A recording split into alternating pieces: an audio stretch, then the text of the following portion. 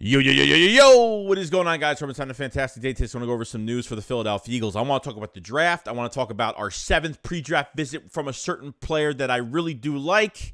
I want to talk about more Bijan, draft 5. Let's get this done because the writing's been on the wall the past few seasons, at least for a while, that the Eagles have wanted a high-valued running back running behind this offensive line, and the signs do show that. And I want to go over a couple more things. So, a lot of news here. Let's get straight into it. I'm ready to go. Boom. Let's get it. Because I've seen enough horror movies to know any weirdo wearing a mask is never friendly.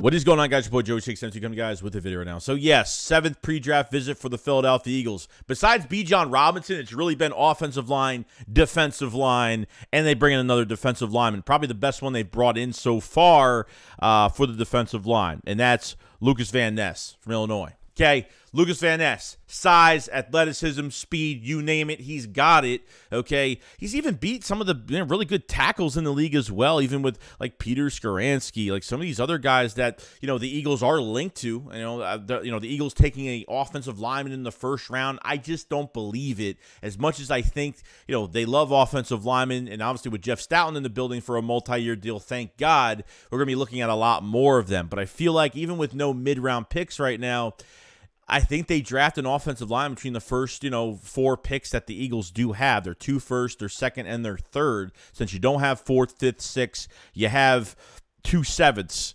And that's really it, unless they move back or whatever the case may be with all of that. But with Lukas Van Ness, can play defensive tackle, can play defensive end. You can use him in so many different ways. His ceiling is so high, guys, and I love his bull rush. I love the moves that he puts on guys. I mean, I think this is going to be a really good player in the future. Could be a late first rounder to an early second, depending on how the board falls.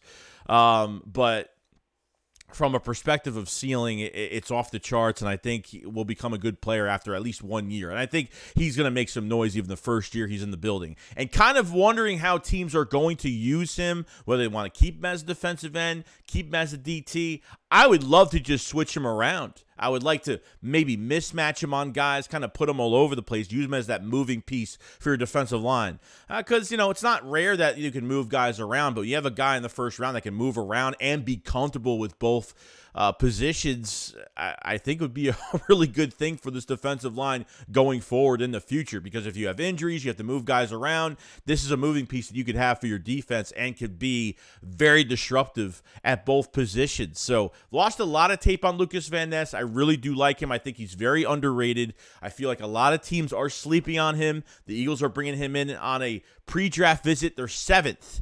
Okay, and we already talked about offensive line. We talked about Paris Johnson, some of these other guys they've brought in. They've brought in a lot of linemen so far. I don't believe the Eagles go for an offensive lineman first round with either or of those picks, just because, number one, no one's going to like it. It's the sexy pick that nobody likes, and I understand that. It's not like that at all, but, there are other positions on this team that we really need, and I think some of these offensive linemen are going to fall, and I think the Eagles are going to get a good one, whether it's a guard, whether it's, even if it's DeJuan Jones or something like that, Osiris Torres, or I don't know, maybe if they drop on the board and the Eagles could pick one of these guys up. I don't know. Really depends on how the board really falls, but Lukas Van Ness is really exciting, so very excited about all of that.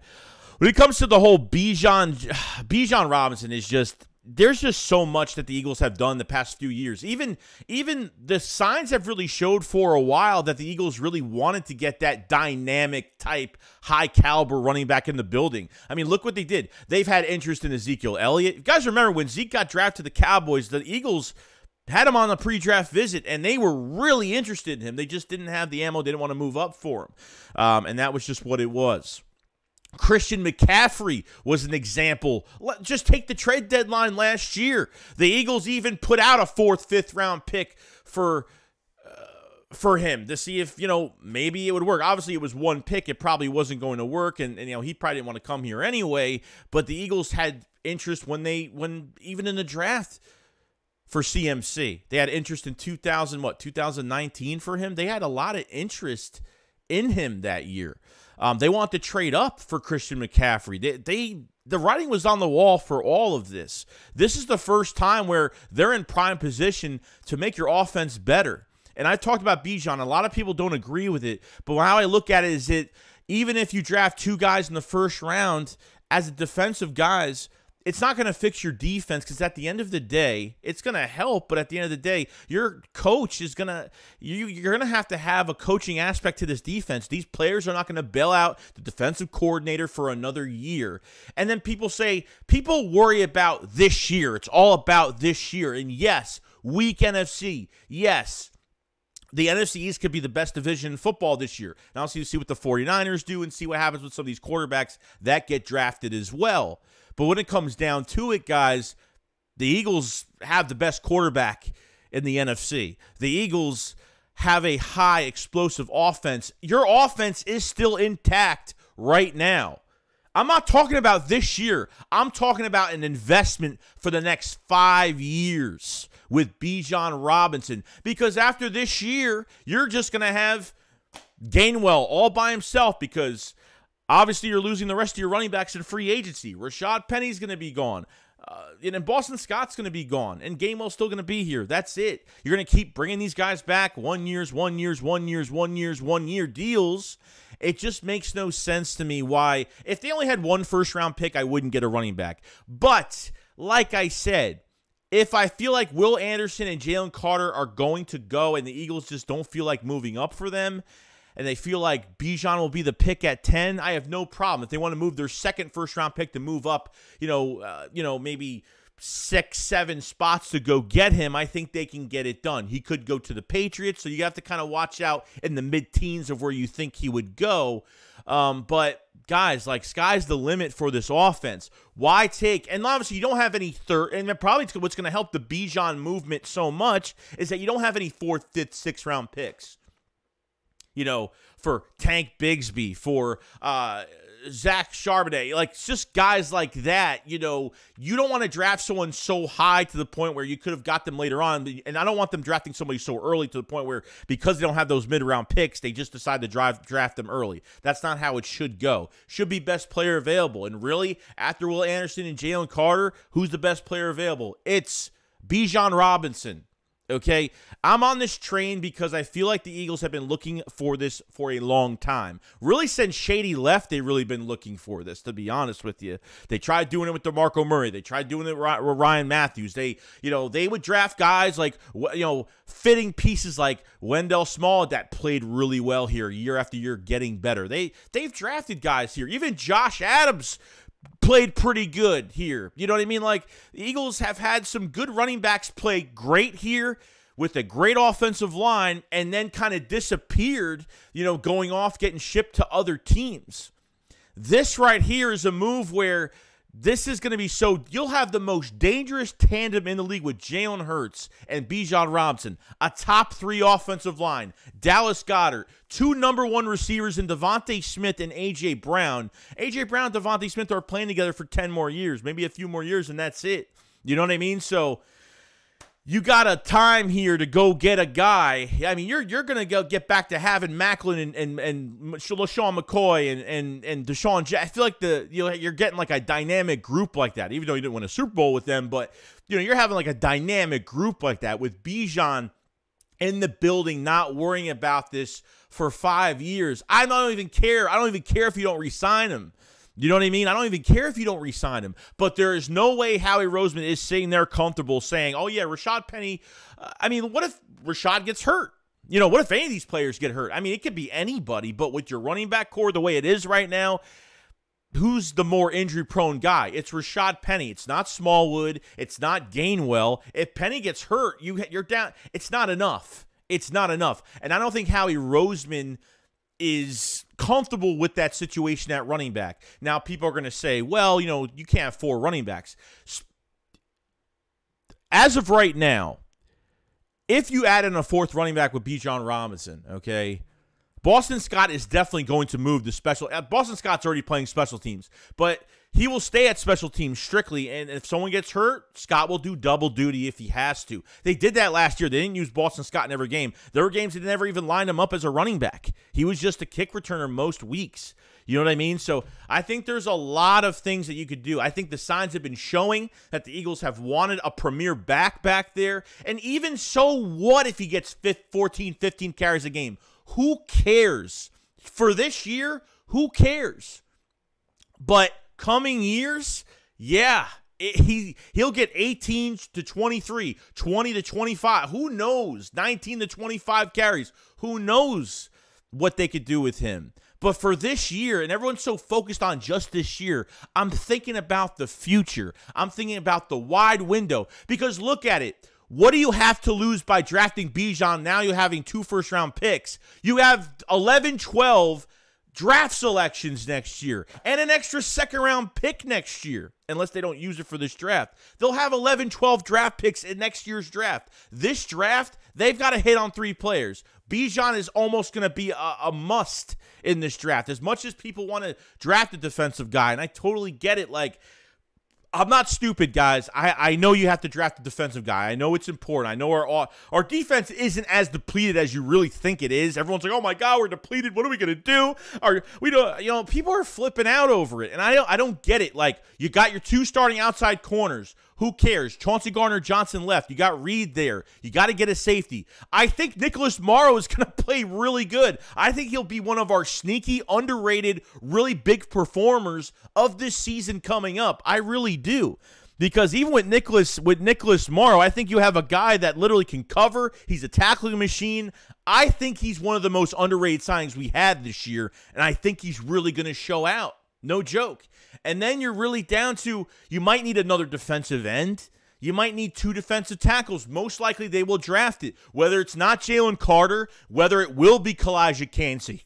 It could be Lukas Van Ness. So I'm not really worried about it too much, because there are the Eagles are going to have somebody there, whether it's at 10 or whether it will be with their second first-round pick. No, I think that's what's going to happen here. You know, it's still early in free agency as of right now. The Eagles haven't freed up any more cap space. They could, if they can go after like 1 or 2 more guys in free agency and then add really, your defense doesn't have to play elite like it did last year. Look at the Chiefs, an average defense, 2 rookie quarterbacks, and you have a quarterback in Patrick Mahomes, a powerful offense, good play calling, and that's all you really need.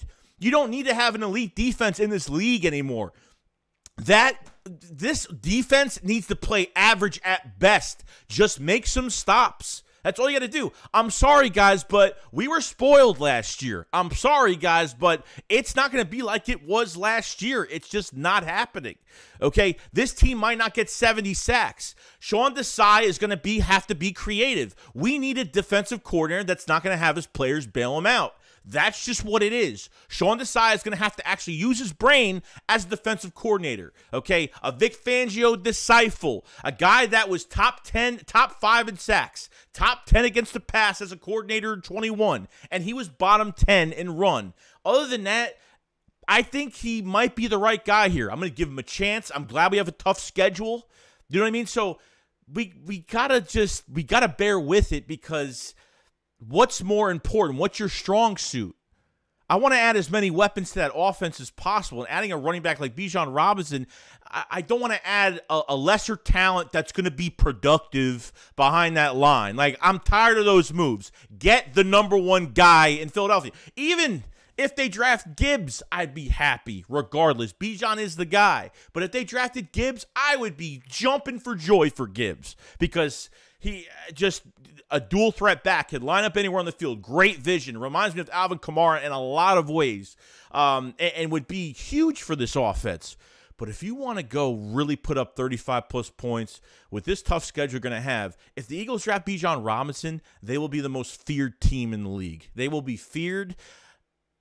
The draft, everybody in the draft is going to have wide open eyes like, why did Bijan go to Philadelphia, and how he's going to do the unexpected. We're hearing offensive line. We're hearing defensive line. We're hearing it constantly. And usually when you hear things constantly, it's not the right thing. Obviously, these pre-draft visits, Jordan Davis, he got here, the first 2 visits, and they went up and traded up for him in front of the Ravens and drafted him.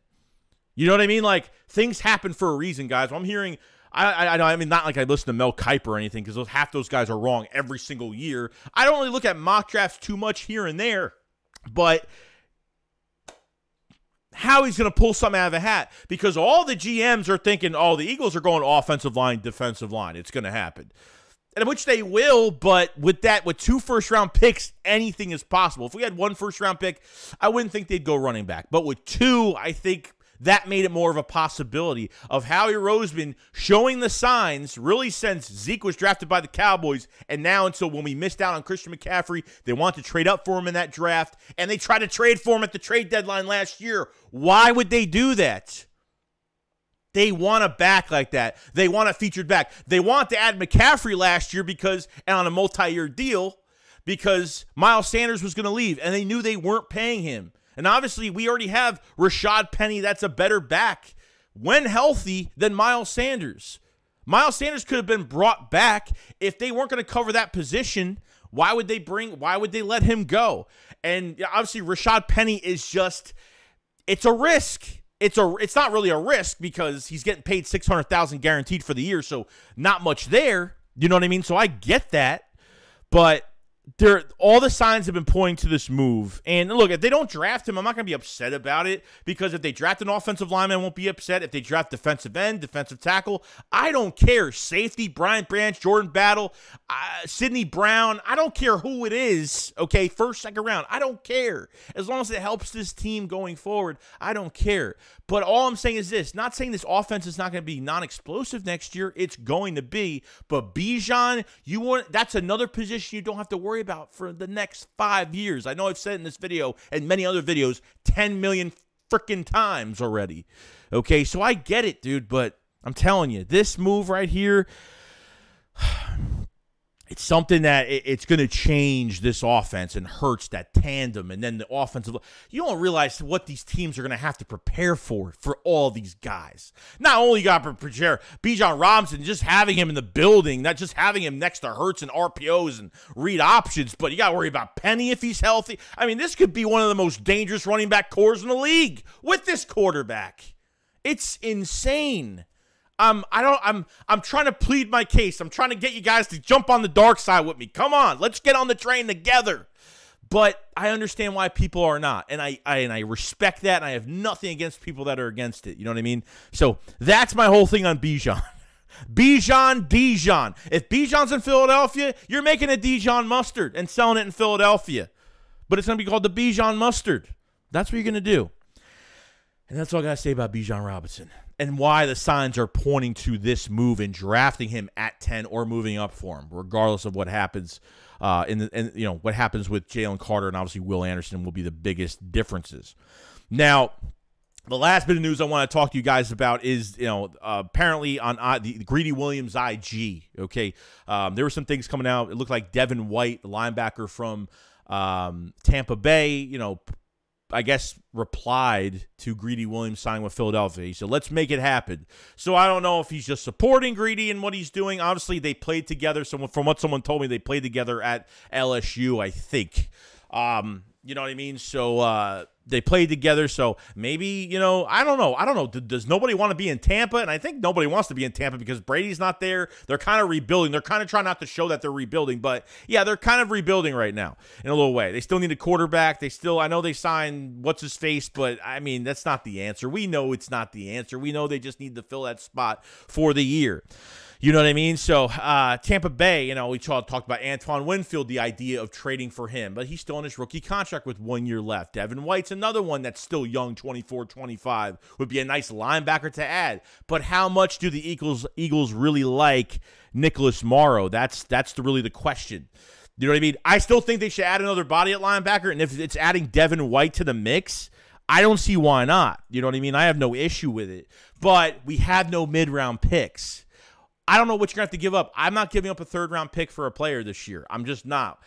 It's already a shame that we gave up a pick for Robert Quinn, fourth-round pick. He did absolutely nothing for this team, okay? Pisses me off. You give away 2 picks for Garner Johnson, and he doesn't resign here. That pisses me off. Things like that piss me off that Howie does. They're good moves at the time, but when it comes to the future, it sucks because you let the guys go, you give away draft capital, and that's it. You rent them for the year. I can't stand moves like that. I don't mind one-year deals, but when you trade for guys on one-year deals and you don't re-sign them if they played well, That's the issue I'm having. But obviously Robert Quinn played like garbage. But it was a waste. And Chauncey Gardner-Johnson giving up two picks, a fourth and a fifth and a seventh, or fifth and a seventh, whatever it was. Waste. Just a total waste when you couldn't re-sign him. So, what do you got to give up for a young player like Devin White? Probably a lot. Who knows what they're going to ask for at this point? Tampa Bay is $600,000 over the cap right now. So, that's not going to be hard to get under the cap from that. They could restructure, make some moves, whatever the case may be with it. But people were pointing this out on Twitter like, look, Devin White, he just, yeah, I know. I get it. He said something under Greedy Williams' thing. Let's make it happen, he said. So, no, maybe he's going to try to get, maybe ask for a trade. Who knows what happens? If I hear Devin White ask for a trade, then I'm going to know it's going to be for the Philadelphia Eagles most likely. And, Greedy Williams signed with the Philadelphia Eagles. I love it. I still like this move a lot. The more and more I think about it, I feel like the Eagles are going to get the best out of him. I really do. I think these receivers are going to get the best out of him, especially A.J. Brown, since he used to compete in college so much. So I'm really excited about that. So we talked about Lukas Van Ness, with a really good pre-draft visit, showing good signs that they have a lot of interest in defensive line this year. Defensive end, defensive tackle, big prospect, ready to go. The Bijan Robinson stuff, and just hear me out on it. If you have to rewind and watch this again, trust me, I'm just ranting at the end of the day, but Bijan at 10 and why the signs are showing, it's there. And then obviously we talked about, Nicholas Morrow with the linebackers, but on top of it, we've talked about Devin White commenting on the IG of Greedy Williams and maybe trying to come to Philadelphia and want to join this whole thing that we're creating here. So you never know what could happen. But other than that, that's pretty much it, guys. If you haven't subscribed to the channel, please subscribe to the channel. Like the video if you guys haven't. If you lasted this long, we'll have more content out every single day. We'll have more membership videos out soon. The past 2 days have been kind of nuts. By tonight, tomorrow morning, you'll probably get more of those videos as well. And yeah, ready to go. Let me know what you guys think. Comment below. And I'll see you guys on the next one. SHAKESQUAD, follow slide. Peace out, guys. Peace.